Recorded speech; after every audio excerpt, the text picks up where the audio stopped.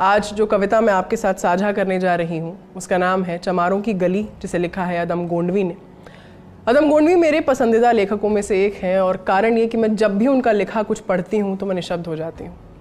शायद कमाल है लेखक का कि वो इस कदर आपको मजबूर कर देता है कि आप जुड़ जाते हैं उनकी लिखाई से, जो उन्होंने लिखा है उससे, और कुछ रहता नहीं है आपके पास कहने को। मैं जब इंट्रोड्यूस भी हुई थी, जब मेरा परिचय हुआ था कि ऐसे कोई लेखक हैं सालों पहले, और जब मैंने पढ़ा था तो दिल टूट गया था मेरा पहली कविता उनकी पढ़कर। और फिर भी ये अजीज़ है क्योंकि रियलिटी से रूबरू कराती है, ये मेरा मानना है। जैसा मैंने कहा, कविता का नाम है चमारों की गली और लेखक हैं अदम गोंडवी।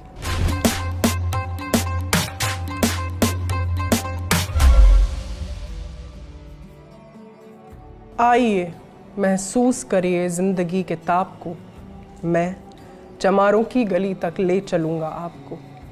जिस गली में भुखमरी की यातना से ऊब कर मर गई फुलिया बेचारी कल कुएं में डूब कर।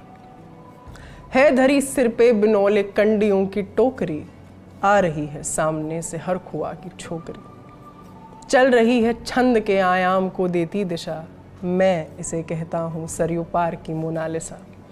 कैसी ये भयभीत है हिरनी सी घबराई हुई, लग रही जैसे कली बेला की कुम्हलाई हुई। कल को ये वाचाल थी पर आज कैसी मौन है, जानते हो इसकी खामोशी का कारण कौन है। थे यही सावन के दिन हर खू गया था हाट को, सो रही बूढ़ी ओसारे में बिछाए खाट को। डूबते सूरज की किरणें खेलती थी रेत से, घास का गट्ठर लिए ये आ रही थी खेत से। आ रही थी वह चली खोई हुई जज्बात में, क्या पता उसको कि कोई भेड़िया है घात में। होनी से अनभिज्ञ कृष्णा बेखबर राहों में थी, मोड़ पर घूमी तो देखा अजनबी बाहों में थी।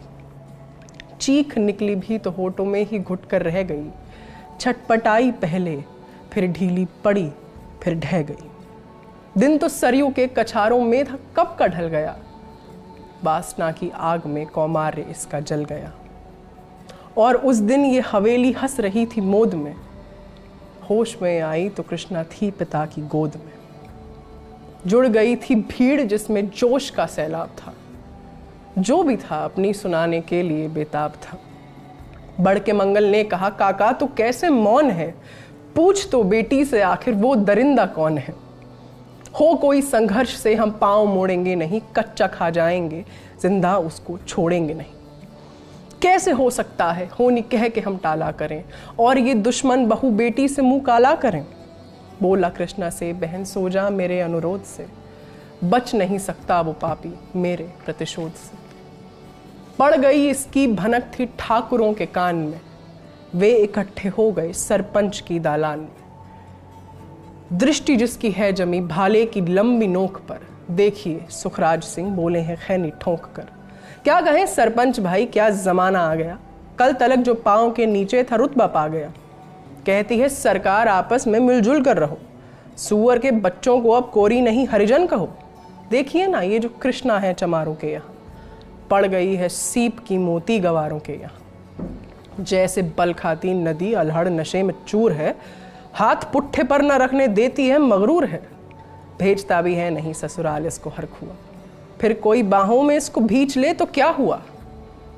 आज सरयू पार अपने शाम से टकरा गए, जाने अनजाने वो लज्जत जिंदगी की पा गई। वो तो मंगल देखता था बात आगे बढ़ गई, वरना वह मरदूद इन बातों को कहने से रही। जानते हैं आप मंगल एक ही मक्कार है, हर खू उसकी शह पे थाने जाने को तैयार है। कल सुबह गर्दन अगर नपती है बेटे बाप की, गांव की गलियों में क्या इज्जत रहेगी आपकी। बात इस लहजे में थी कि ताव सबको आ गया, जैसा स्वाभाविक है उठकर हाथ मूंछों पर गया।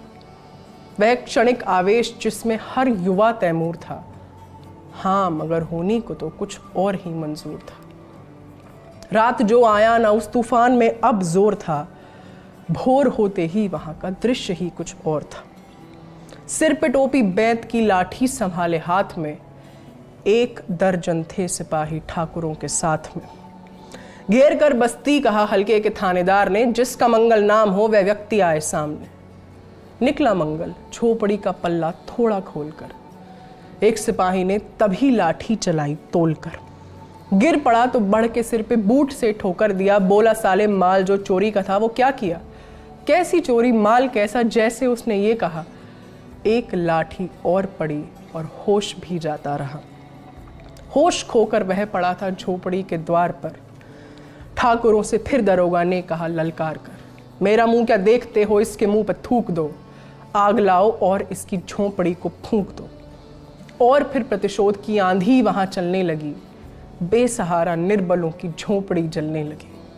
दुधमुआ बच्चा वो बूढ़ा जो वहां घेरे में था, वह अभागा दीन हिंसक भीड़ के घेरे में था। घर को जलता देख वे होश थे खोने लगे। कुछ तो चुप बैठे रहे, कुछ जोर से रोने लगे। कह दो इन कुत्तों के पिल्लों से कि घबराए नहीं, हुक्म जब तक मैं न दूं कोई कहीं जाए नहीं। ये दरोगा जी थे मुंह से शब्द झरते फूल से, आ रहे थे ठेलते लोगों को अपने रूल से। फिर दहाड़े इनको डंडों से सुधारा जाएगा, ठाकुरों से जो भी टकराया वो मारा जाएगा। एक सिपाही ने कहा, साइकिल किधर को मोड़ दे, होश में आया नहीं, मंगल कहूं तो छोड़ दे। बोला थानेदार, मुर्गे की तरह मत बांग दो, होश में आया नहीं तो लाठियों पर टांग लो। ये समझते हैं कि ठाकुर से उलझना खेल है, ऐसे पाजी का ठिकाना घर नहीं है, जेल है। पूछते रहते हैं मुझसे लोग अक्सर ये सवाल, कैसा है कहिए ना सरयू पार की कृष्णा का हाल। उनकी उत्सुकता को, शहरी नग्नता के ज्वार को, सड़ रहे जनतंत्र के मक्कार पैरोपकार को, धर्म संस्कृति और नैतिकता के ठेकेदार को, प्रांत के मंत्री गणों को, केंद्र की सरकार को मैं निमंत्रण दे रहा हूं, आए मेरे गांव में। तट पे नदियों के घनी अमराइयों की छांव में, गांव जिसमें आज पांचाली उघारी जा रही, या अहिंसा की जहां पर नथ उतारी जा रही है। तरसते कितने ही मंगल लंगोटी के लिए, बेचती है जिस्म कृष्णा आज रोटी के लिए। मैंने कहा था मैं भावुक हो जाती हूँ और मैं हो गई, उसके लिए क्षमा चाहूँगी। तो ये किताब है मेरे पास, समय से मुठभेड़। इसमें अदम गोंडवी जी की और भी बहुत सारी कविताएं हैं और ये वाणी प्रकाशन की किताब है। इसे आप ऑनलाइन भी खरीद सकते हैं, किसी बुक स्टोर में जाके भी खरीद सकते हैं। उम्मीद करते हैं कि ये एपिसोड आपको पसंद आया होगा। अपना ख्याल रखिए और देखते रहिए द लल्लन ड्रॉप। शुक्रिया।